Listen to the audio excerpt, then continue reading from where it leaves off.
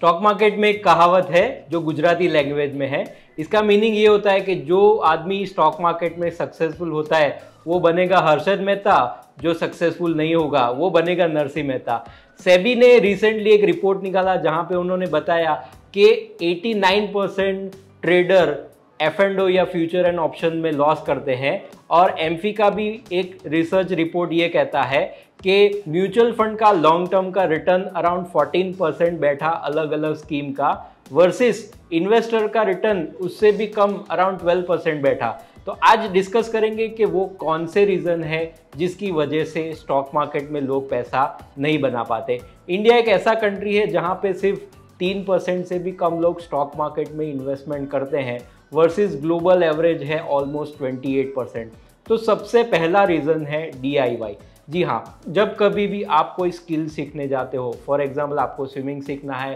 Car चलाना सीखना है या गिटार बजाना सीखना है, तो आप कोई कोच अपॉइंट करोगे, कोई एकेडमी में जाओगे, वहाँ पे प्रॉपर बेसिक ट्रेनिंग लोगे और धीरे धीरे आप उसमें आगे बढ़ोगे। लेकिन जहाँ पे स्टॉक मार्केट या इन्वेस्टिंग की बात आती है, वहाँ पे जस्ट आपने एक मोबाइल ऐप खोली, उसमें लॉगिन किया और 15 मिनट में ट्रेडिंग शुरू। लेकिन उसमें जो भी बेसिक टर्म्स हैं, लेट्स से आप अगर कोई इन्वेस्टर हो तो इन्वेस्टमेंट में P, price to book, dividend yield, market cap, sales, EBITDA, ऐसे काफ़ी सारे फैक्टर्स आते हैं जो एक इन्वेस्टर को ध्यान में रखने होते हैं स्टॉक सिलेक्शन करने समय। और अगर आप इन्वेस्टर हो तो support, resistance, RSI, Fibonacci level, moving average, ऐसे कुछ टर्म्स या कैंडलस्टिक चार्ट आपको देखने पड़ते हैं। लेकिन ऐसे कोई भी इन्वेस्टर प्रॉपर ट्रेनिंग लिए बिना, कोई गाइडेंस लिए बिना ही ट्रेडिंग की शुरुआत करते हैं और इसी वजह से स्टॉक मार्केट में लॉस होने के चांसेस उनको बढ़ जाते हैं। तो जब कभी भी आप स्टॉक मार्केट में इन्वेस्टमेंट या ट्रेडिंग शुरू करते हो तो इन डेप्थ एनालिसिस, आपको प्रॉपर ट्रेनिंग लेके आपको उसके बारीकी को समझ के ही इन्वेस्टमेंट या ट्रेडिंग शुरू करना पड़ेगा, तो ही आप स्टॉक मार्केट में सक्सेसफुल इन्वेस्टर बन पाओगे। तो उसके ऊपर ही सेकंड पॉइंट आता है कि कोई भी इन्वेस्टर को ये पता नहीं होता कि वो ट्रेडर है या इन्वेस्टर है। ट्रेडर का मतलब कोई ऐसा पर्सन जो स्टॉक मार्केट में कुछ घंटों के लिए, कुछ दिन के लिए या कुछ हफ्तों के लिए स्टॉक्स बाई करता है और फिर आगे जाके उसको सेल करता है, वर्सेस इन्वेस्टर उसे बोला जाता है जो कुछ महीनों के लिए या कुछ सालों के लिए स्टॉक मार्केट में इन्वेस्टमेंट के लिए आते हैं। मेरा पर्सनल तजुर्बा बताऊं तो कई सारे लोग स्टॉक मार्केट में ट्रेडर के तौर पे आते हैं, लेकिन उनका स्टॉक उनकी परचेज प्राइस से नीचे चला गया, नीचे जाता गया, नीचे जाता गया, तो वो by force long term investor बन जाते हैं। तो आपको ये माइंडसेट रखना बहुत ज़रूरी है कि आपका प्रोफाइल एज अ ट्रेडर है या आपकी प्रोफाइल इन्वेस्टिंग के लिए ज़्यादा सूटेबल है। नेक्स्ट पॉइंट है, सबको स्टॉक मार्केट में जल्दी पैसा बनाना है। स्टॉक मार्केट वर्क करता है कंपाउंडिंग पे। कंपाउंडिंग की फॉर्मूला आपको स्क्रीन पे यहाँ पे दिख रही है, जहाँ पे लोग चेस करते हैं रिटर्न को कि भाई कौन से स्टॉक, कौन से म्यूचुअल फंड या कौन से ऑप्शन में मैं ट्रेड करूँ जिससे मुझे 15, 18, 20, 22, 25% रिटर्न एनुअल बेसिस पे मिले। लेकिन वॉरेन बफेट या राकेश झुनझुनवाला जो दुनिया के बेस्ट इन्वेस्टर में माने जाते हैं, उन्होंने कभी भी रिटर्न को चेज नहीं किया, क्योंकि रिटर्न उनके कंट्रोल में नहीं है। उनके कंट्रोल में है नंबर ऑफ ईयर्स। आप जितने लंबे समय तक स्टॉक मार्केट में इन्वेस्टेड रहोगे, प्रॉफिट्स को री इन्वेस्टमेंट करते रहोगे, तो ही आप फ्यू करोड़, फ्यू बिलियन बना पाएंगे। नहीं तो अगर आप 15, 20, 25% रिटर्न चेज करने में कुछ 2-3 साल, 5 साल के लिए स्टॉक मार्केट में इन्वेस्टमेंट के लिए आए तो आपको सक्सेस मिलना बहुत डिफिकल्ट है। नेक्स्ट पॉइंट है लो प्राइस स्टॉक को पिक करना। कई बार लोग मुझे पूछते हैं कि भाई कौन से शेयर लेने चाहिए, और पर्टिकुलरली वो रिक्वेस्ट करते हैं कोई ऐसा शेयर बताओ 5 रुपये, 10 रुपये, 15 रुपये, ऐसे लो प्राइस स्टॉक। मैंने उनको रीज़न पूछा कि इसके पीछे का क्या रीज़न है, तो उन्होंने यही रीज़न बताया कि भाई मेरे पास तो सिर्फ 10,000 रुपये हैं, तो अगर तू 50-100 रुपये वाला शेयर बताएगा तो मैं ज़्यादा क्वांटिटी ले पाऊंगा। और उनको ऐसे लगता है कि ज़्यादा क्वांटिटी लेने से उनका प्रॉफिट ज़्यादा होगा। ये मानना ज़रा भी सही नहीं है, क्योंकि लेट्स से एक कंपैरिजन करते हैं कि एक साउथ इंडियन बैंक जिसका प्राइस है around 25 rupees versus HDFC bank का शेयर प्राइस है 1700 रुपीज़। तो उनको ऐसे लगता है कि अगर मैं 25 रुपये वाला शेयर ले लूँगा तो वो बढ़ेगा तो मुझे ज़्यादा प्रॉफिट होगा, 1500, 2000, 3000 वाले शेयर में मुझे प्रॉफिट होने के चांसेस कम है। लेकिन स्टॉक प्राइस हमेशा परसेंटेज में मूव होती है, तो अगर 25 रुपये वाला शेयर 10% बढ़ा और 1500 रुपये वाला शेयर 15% बढ़ा तो वहाँ पे ज़्यादा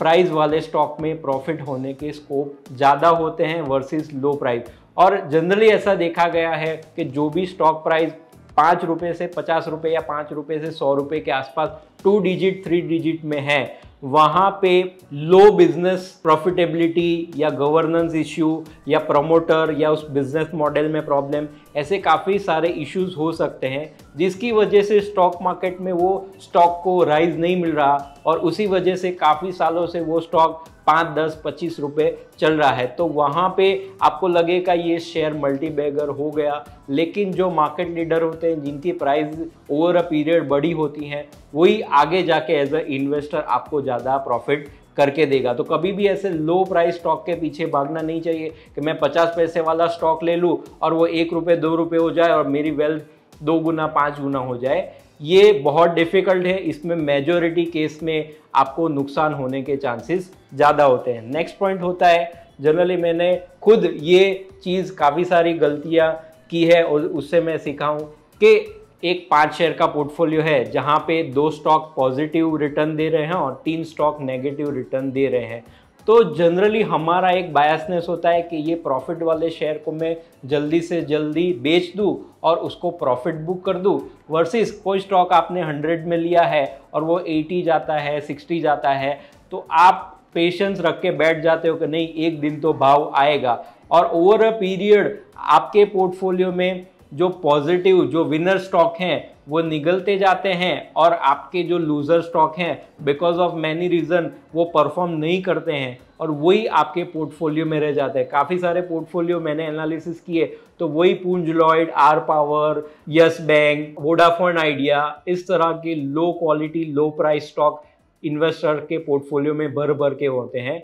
और उसी इन्वेस्टर ने काफ़ी सालों से इन्फोसिस, बजाज फाइनेंस, डी मार्ट, एशियन पेंट ऐसे अच्छे शेयर्स लिए तो थे, लेकिन ओवर अ पीरियड जैसे जैसे उनको 10, 15, 20% का प्रॉफिट मिला वो बेच के निकलते रहे और जो लो क्वालिटी के स्टॉक है जिसमें 50, 60, 70% नुकसान होता है वो एवरेज करते गए और उसी स्टॉक का पोर्टफोलियो बन गया। तो ये गलती कभी भी इन्वेस्टर्स को नहीं करनी चाहिए। नेक्स्ट पॉइंट आता है, जब कभी भी कोई इन्वेस्टर इन्वेस्टमेंट करना चाहता है तो वो दोस्त को पूछेगा, पापा को पूछेगा, टेलीग्राम चैनल पे जाएगा, बिजनेस न्यूज़ चैनल देखेगा, ऐसे सोर्सेज से डेटा कैप्चर करना चाहता है कि भाई कहाँ से मैं प्रॉफिटेबल ट्रेड कर पाऊँ। लेकिन ये इतना एक्यूरेट नहीं होता बिकॉज हो सकता है कि वो स्टॉक वहाँ पे जो एडवाइस दी गई है वो कुछ 5-7 दिन के लिए स्टॉक को बाई या सेल करना होता है और आप एक लॉन्ग टर्म इन्वेस्टर हो, आपका व्यू 2-5 साल का है,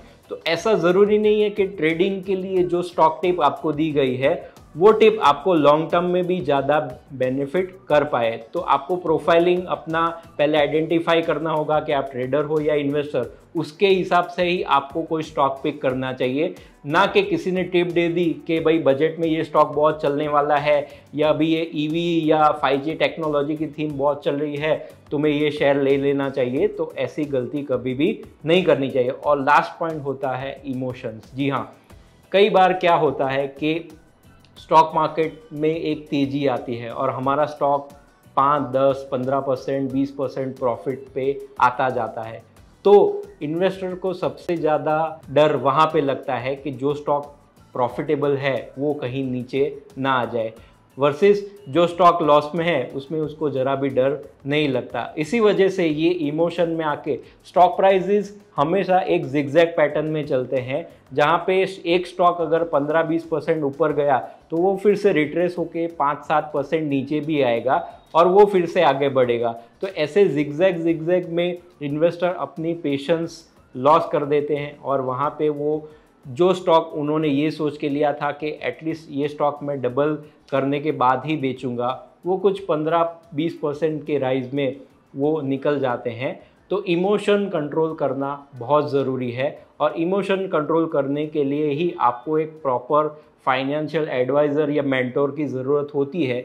जो आपकी जहाँ पे गलती होगी वो गलती सुधारेगा और जो आपकी प्रॉफिटेबल ट्रेड्स हैं जहाँ पे आपको ज़्यादा डर लग रहा है कि भाई डबल हो गया और एक स्टॉक में से मैं निकल जाऊँ, वो आपको गाइडेंस प्रोवाइड करेगा। तो आई होप कि ये वीडियो से आपकी स्टॉक मार्केट के रिगार्डिंग नॉलेज अपग्रेड हुई होगी और आने वाले टाइम में जो आप गलतियां करने वाले थे वो आप सुधार पाओगे। Have a good day. Thank you.